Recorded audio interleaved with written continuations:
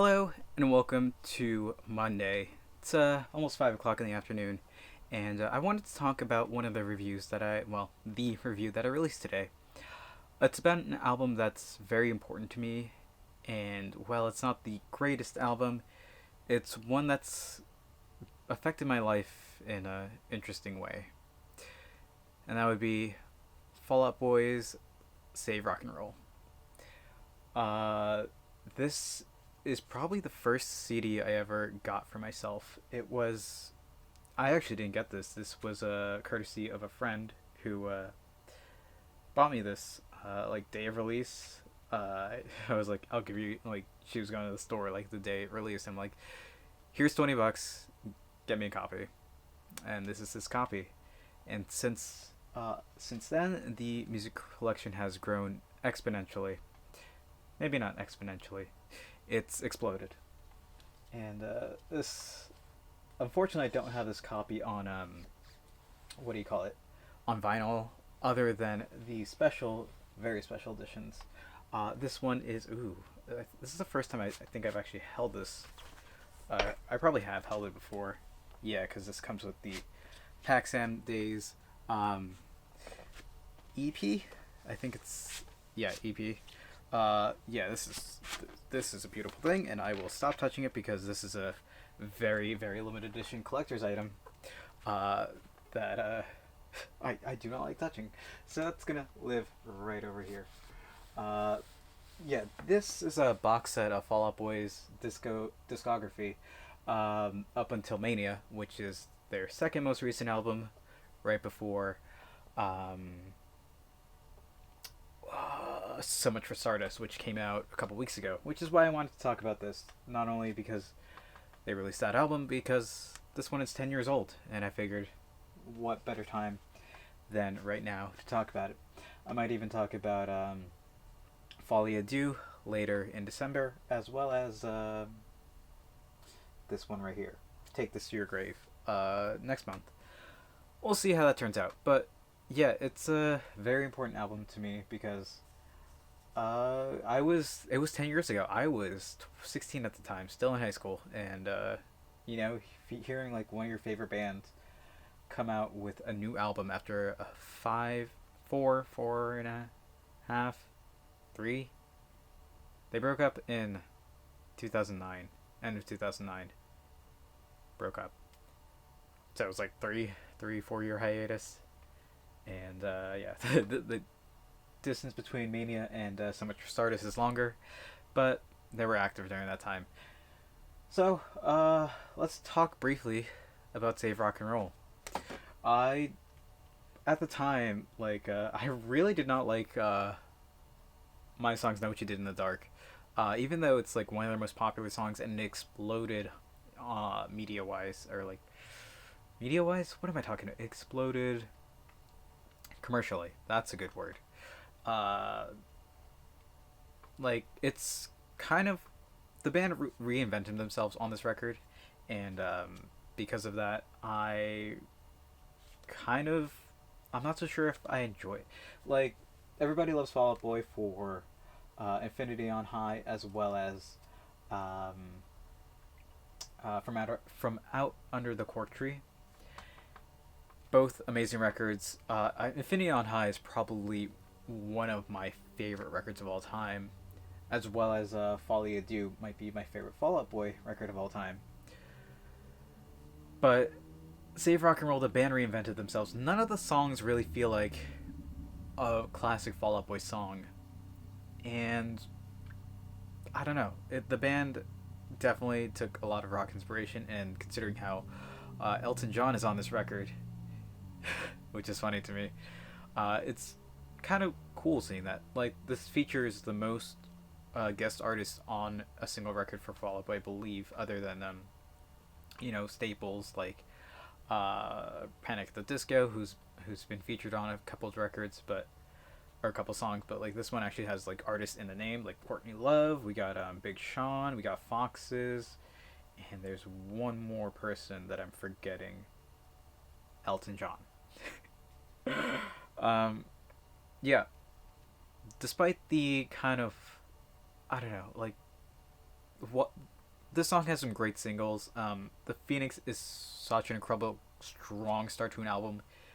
One of my favorite songs that Fall Out Boy has ever done. It's such high energy. It's a really great way to reintroduce the record and reintroduce the band to their post hiatus, you know, life experience, their post hiatus band sensation, whatever. I already talked about my position on my songs Know What You Did in the Dark. Uh, Alone Together, such an incredible song. I really love um, the energy and just like it feels like a really good Fall Out Boy song. Like that's one that really sticks out to me. Where Did the Party Go? Very weak song. Just When Yesterday. I love Fox's vocals on that.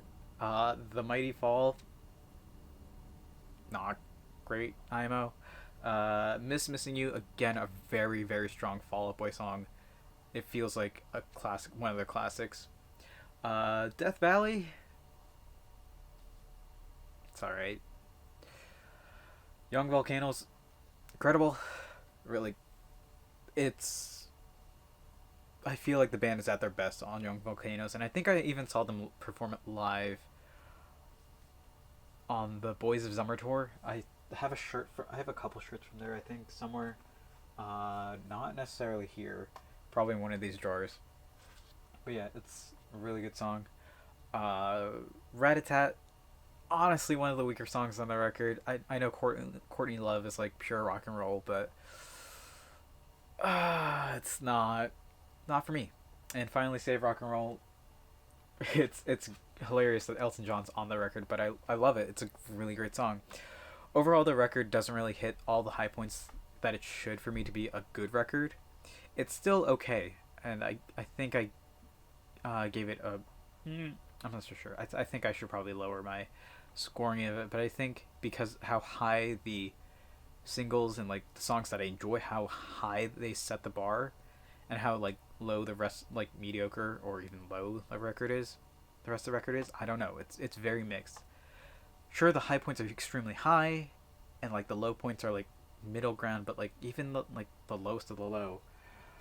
I think it might be uh, either The Mighty Fall or Where Did the Party Go. Uh, they feel very weak, and even despite that feeling, I don't know. I feel like just because for me it's a very nostalgic record. It's one that again 10 years ago. Like this was the start of my music collecting journey. This was a very important part of my life. Like a lot of my friends, we all listen to this album like all the time. I feel like that's kind of influenced my rating. I want to display like here. Move this lens cap. I wanted to like talk briefly about like how that's affected me, but because it's how I don't know. It feels like a very important record to me, and it's why I kind of feel like Fall Out Boy is like one of my favorite bands. I have their merch across my room. I have so many records of theirs. I have too many of their new album. Not enough. I'm missing one. Uh, I've got a bunch of their merch. I want to get all their CDs. It's a very important band to me, and I'm glad to have all of their stuff. But yeah, I could talk on and on about how much I love the band, but honestly, this is. I feel like their post hiatus stuff is very weak compared to their pre hiatus stuff, and that's understandable. They're an old band. They are celebrating their 20th year as a band with the release of even their demo. I think they're a 20-year-old band with their demos, but like their first studio album, Take This Year, is this it? No, it's Infinity High. This one.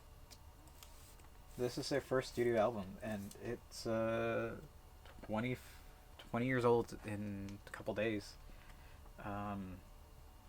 It's copyrighted 2003. I believe it came out May 6, 2003. So you can look forward to a review of that. If I decide to do it. I probably will. Yeah, Take This to Your Grave's not the best record. Again, like they're sophomore, junior, and senior albums, second, third, and fourth, are like, they're amazing.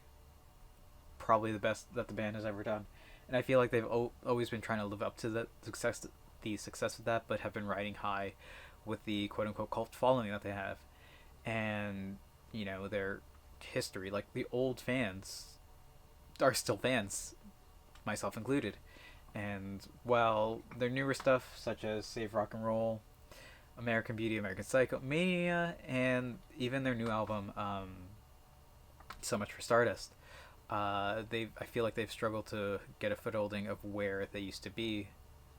And while they're trying to reinvent themselves and have been reinventing themselves, it's hard to stick to their roots because of the, I guess, ever-changing music world. With that said, Save Rock and Roll is definitely a product of its time. I feel like the amount of rock and roll bands that we have now are few and far between, but at least mainstream. Underground stuff, love it. You know my love for pop, which is pure punk, noise punk rock kind of thing. Ooh. I feel definitely that while Save Rock and Roll is an okay record, definitely a product of its time, and while there are some standout songs on here, I feel like the best of Fall Out Boy is definitely behind them instead of ahead of them after this. Anyway, that's enough rambling on about this record. I'm gonna probably just call it here for today. We got a lot to talk about tomorrow, and we'll get to that when we get to that. Calling it here for today. Thank you all for watching. I hope to see you tomorrow, and until then, later.